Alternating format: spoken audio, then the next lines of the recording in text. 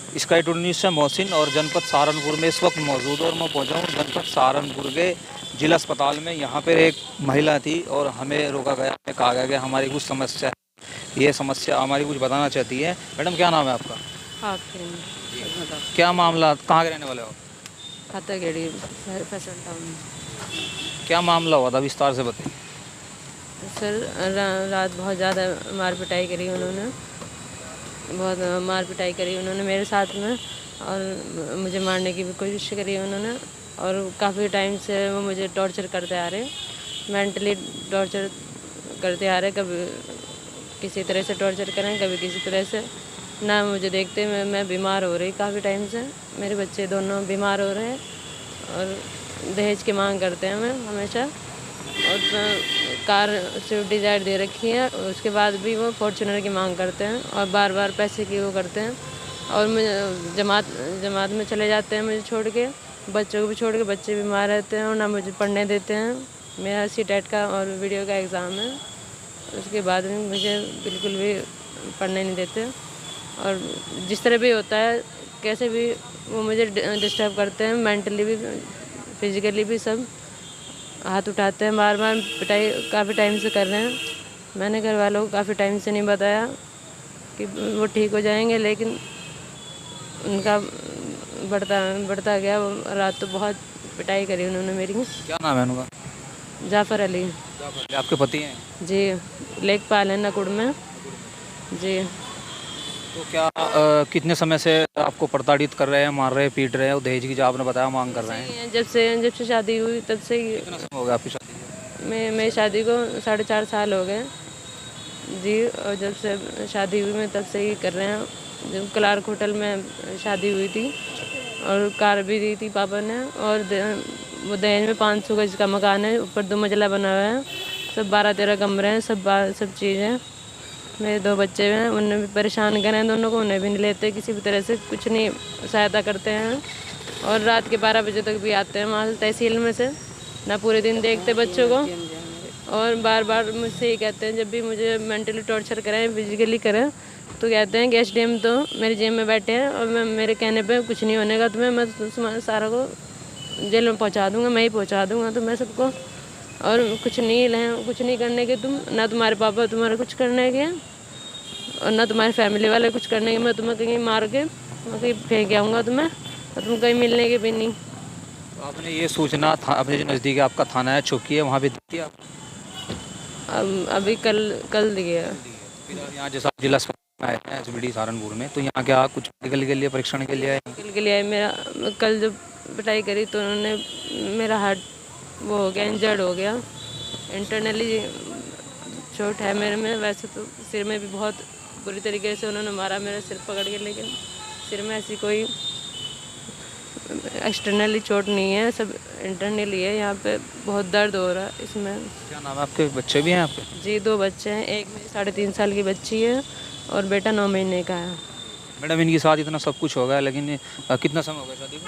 4.5 साल। तो 4.5 साल में आप तक अभी तक अपने परिजन को या थाना स्तर पर कोई सूचना नहीं दी? ये घर वालों को बताया मैंने कई बार, लेकिन वो मानते नहीं है इस बात को, मना करते हैं इस बात को कि हमारे बेटे तो ऐसे हैं ही नहीं।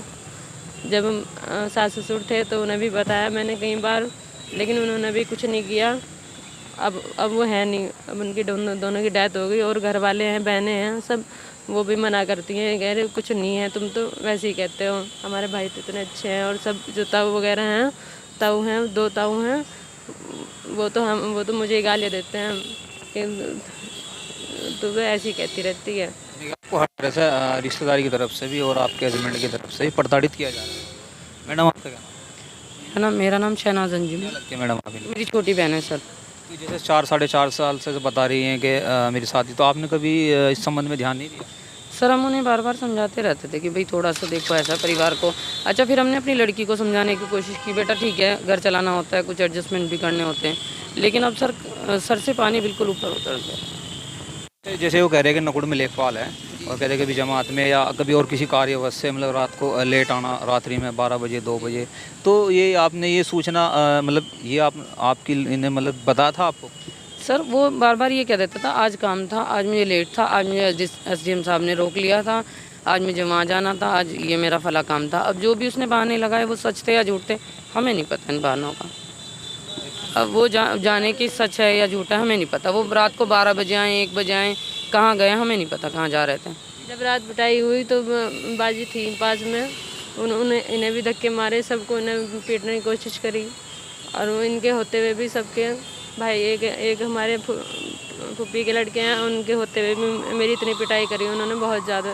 जबकि 15 दिन से बुखार में थी और तब उसने इतना टॉर्चर किया इसे। कल बच्चे बुखार में हैं, मैं भी और मेरे दोनों बच्चे लगभग 15 दिन से बुखार में हैं। बहुत तेले चढ़ी मेरे हाथ में भी, यहाँ पे भी। आप जैसे बता रहे हैं कि आर्म से लेकर के यहाँ तक के मतलब हाथ तक दर्द है, तो क्या ये कल रात थी मारपीट की थी या 5-4 दिन पहले? नहीं, कल वाली से है। क्या बता आपने नकुड़ में लेखपाल हैं? जी, नकुड़ में लेखपाल जैसे है। नकुड़ में लेखपाल है जो उनके अधिकारी हैं, आपने उनको सूचित किया वहाँ पे जाकर के?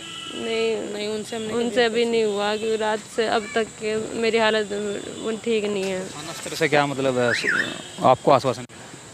थाना स्तर से लोग हमारी मदद कर ही रहे हैं, जो भी बता सकते हैं वो कर रहे हैं। हमने महिला से बात की, बताया जा रहा है कि नकुड़ है और इनको साथ मारपीट करता है। लगभग 4 या 4.5 साल शादी को हो गए हैं और इनके यही नहीं रात मारपीट की गई फिलहाल ही में।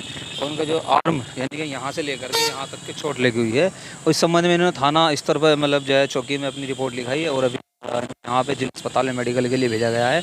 और यहाँ ही नहीं, लेखपाल का यह कहना है कि मैं तो सबको जेब में रखता हूँ, सब में जो एसडीएम साहब हैं या जो भी प्रशासनिक अधिकारी हैं उनका ये कहना है।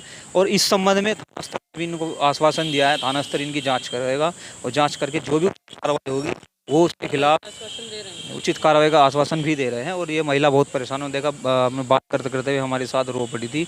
और शादी के बाद एक महिला अपना घर छोड़ करके दूसरे के, और वह जब अपने माँ बाप छोड़ देती है। और यही नहीं, इनका रिश्तेदारी का मामला ये है कि रिश्तेदारी जो उनके है हस्बैंड की तरफ से, उन वहाँ से भी कोई समझौता नहीं है। मैडम क्या कहना चाहते हैं? उसका पढ़ाई लिखाई से कोई कनेक्शन नहीं है। वो उसको कहना ये है कि औरतें घर में रहें तो ज़्यादा अच्छी हैं।